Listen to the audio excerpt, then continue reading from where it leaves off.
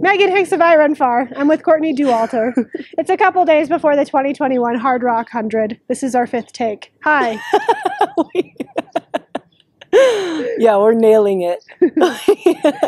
You're going to run your first Hardrock 100. Yes, I'm so excited.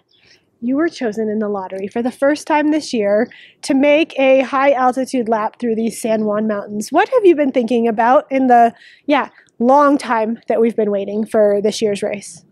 Yeah, so this is the same start list as 2019, basically. So since then, I've been so pumped to do it, and then also like holding back the excitement a little, thinking like, what's the thing that's going to cancel it this year? So I'm just thrilled to be on the start line here in town and to make the lap back to the Rock. I feel like over the years, you seem to be trending towards the Colorado Rockies. I love Colorado. Yeah. Yeah. Well, last year was convenient to just play in the Colorado Rockies quite a bit because I didn't have to travel very much, and there's such a big playground out here. So that made it a simple choice. And then Hardrock has always been on my wish list. I remember reading about it like when I first got into the sport, so probably 7 or 8 years ago, and just being in awe that these people could do this loop. Like, it looked insane to me, and I couldn't fathom how it happened. So to get the chance to maybe test that for myself is cool. Like 7 years later or so, can you fathom it for yourself now? I don't know. We'll find out. We just did the Trail Sisters Women of Hardrock chat, and you identified yourself as a Leadville resident. You're living at high altitude. We live in Leadville. Yes, it's awesome.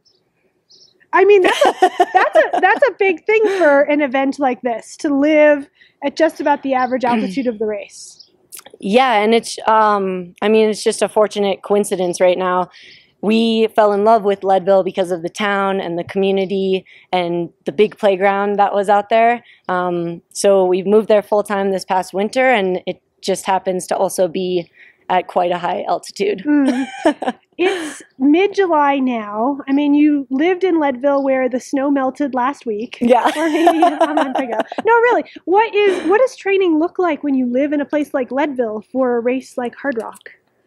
For me, it was just adventuring, getting outside. There is a true winter there, which is a change from the Denver area. So there's snow you can count on and groomed cross-country ski trails. So I got to do a ton of that this winter. And then, tons of dirt roads and not worrying about it. Like, whatever gets me outside and playing is, I think, good training for Hardrock. I think the Minnesotans probably want to know, how does a Minnesotan winter compare to a Leadville winter? Oh, geez. It's time to start. Yeah. Minnesota winters go straight to your bones. I think we had this past winter in Leadville was pretty mild, I would say, if you talk to people who have lived there. So it was a lucky introduction, probably. But I'm looking forward to the day I get snowed into my house. That's like my dream, to open the door and have snow piled up past where you can How high does leave. it need to be? Well, ideally the whole door. You want the whole door covered? Yeah, and then just trapped inside eating candy for a few days. That sounds awesome. I'm just wondering who's going to supervise you trapped inside for a few days with candy.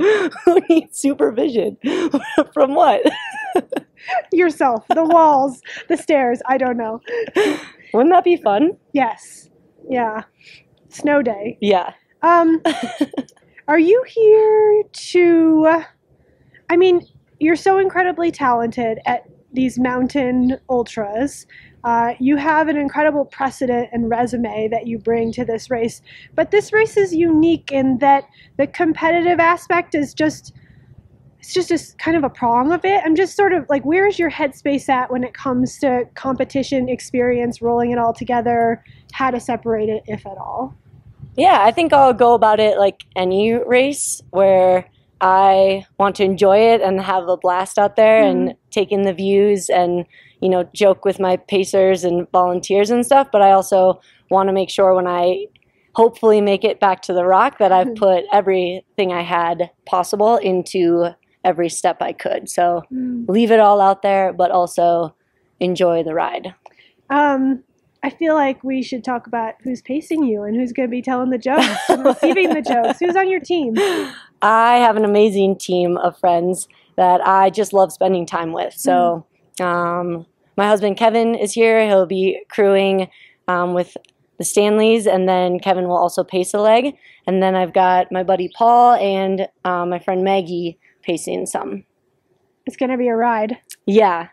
They just crack me up, so it's perfect to spend some hours with them. So best of luck to you. Thank you. You too. Ah, thanks. It's going to be so fun being a couple hours behind you. I'm excited to share this with you. All right. Best of luck to you on Friday and Saturday. Thank you.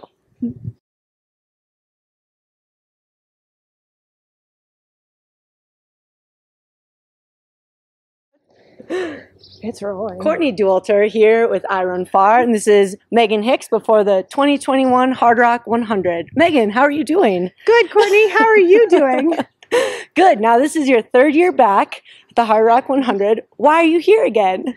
I don't know. They picked me in this damn lottery, and I figure I better do it. Why are you here, Courtney? I'm so excited to be here. Is this real now? We should Did you want to start it? Did you want to start for real? Megan Hicks of I Run Far. Megan Hicks of I Run Far.